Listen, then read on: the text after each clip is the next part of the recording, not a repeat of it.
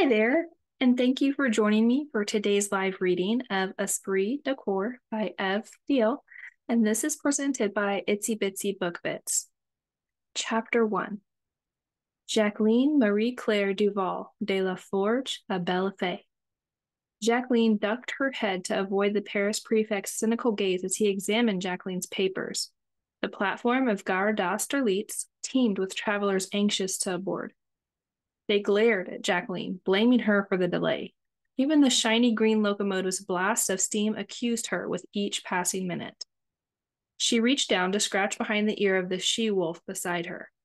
The wolf's eyes closed in delight. Jacqueline squatted down to whisper, "This is the third time this year I've had to rescue you from your own indiscretions, Angélique. Next time, I'll let you sit in jail." "What was your business in Paris?" the prefect asked. Before she could answer, a man stepped between Jacqueline and her inquisitor and addressed the prefect too quietly for Jacqueline to hear. Angélique snorted a laugh. Her lupine sense of hearing must have caught the exchange. The man strode away, and the prefect offered Jacqueline a hand to help her rise. "I apologize, Madame Duval. I did not realize who you were." The prefect returned her papers, spun on his heel, and left.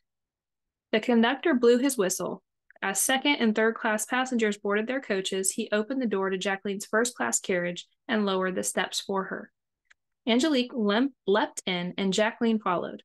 The conductor closed the door, only to quickly open it again to allow another man to join them. The man removed a silk brocade fez and set it on the seat beside him, then opened the sketch pad he'd brought and lost himself on the page. Once again, Angélique snorted her amusement. Annoyed, Jacqueline turned her gaze out the window, chewing the inside of her cheek. Her sister seemed to know every man in Paris: artists, musicians, writers, expatriated nobles, owners of all the bar-tabacs and taverns in the Latin Quarter, and purveyors of opium along the Boul' Mich'. With a soft whine, Angélique lay her head across Jacqueline's lap, one paw on her knee. Jacqueline stroked her sister's tawny brow until the amber wolf eyes closed, then tucked herself deeper into the corner of the carriage, further from the strange artist, and leaned against the window, staring out over the farms, brick factories, and slaughterhouses of southern Paris. Once the train chugged away from the station, she could breathe a sigh of relief. Angélique was safe. Again. "Your dog loves you," the artist said. "She is not a dog, monsieur," Jacqueline answered. Peering closer, he slowly grinned. "So I see." He twisted his thin mustache. "Intriguing."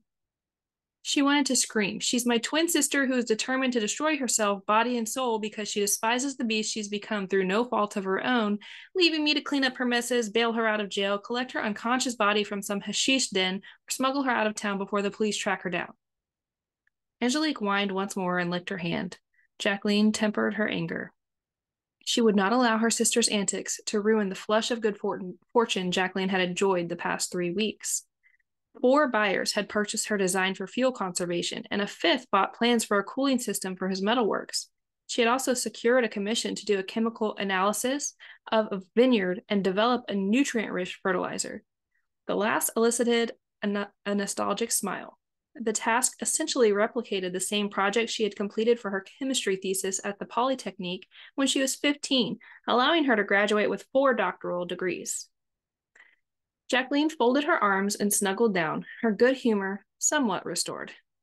The trip to Orléans would take 8 hours. She dozed off and on with the rocking of the carriage, waking at each thin shriek of the locomotive's whistle, then settling comfortably again on her travel cushion. When she glanced out the window of her carriage, billows of gray smoke from the locomotive lent a misleading gloom of clouds, obscuring the view to the countryside despite the midday hour. Every so often, the smoke parted to reveal a shaft of summer sunlight, piercing the woods or glittering on a distant farmhouse. Not yet accustomed to the new railroad's daily passages to and from Orléans, goats and sheep scattered at the thundering noise. Down on the streams and canals, mule drivers and punters shook their fists, and cursed the infernal iron invader.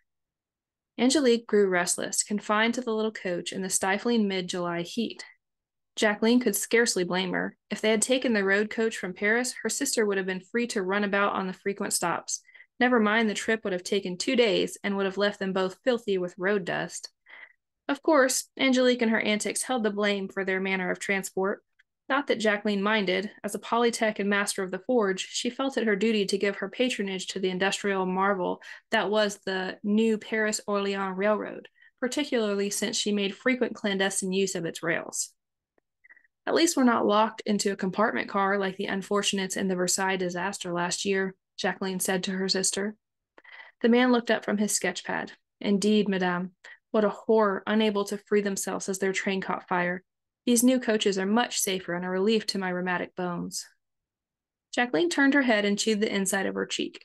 She had meant her comment to reassure Angélique, not initiate a conversation with a stranger.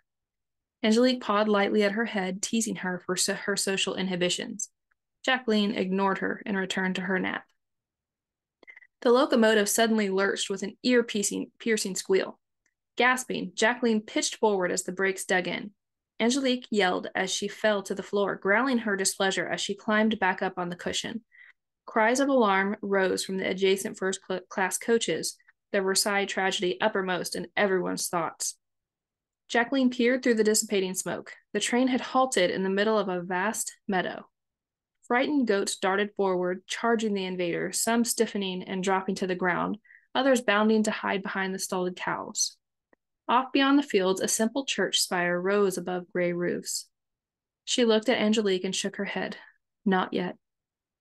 Probably cows on the track, said the man seated across from her. He set his sketchbook down and stood stiffly. Just in time, he opened the carriage door and peered about. I could do with some fresh air. He turned back to retrieve his fez from the corner of his seat.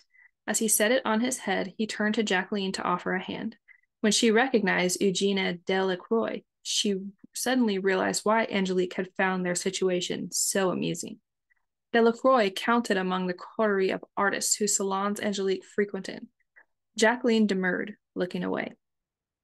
Delacroix turned and stepped down, then jumped the remaining meter to the tracks through hissing billows of steam. As he descended the railbed, he drew a silver cigar case from his vest pocket and placed a panatella on his lips. Jacqueline chuckled. Fresh air indeed. Angélique growled. Jacqueline stroked her sister's brow. If you didn't have half the Paris prefecture looking for the notorious Angélique Laforge, you could have ridden in your human form, so you can very well quit your growling. And no, I have no wish to engage with your friend.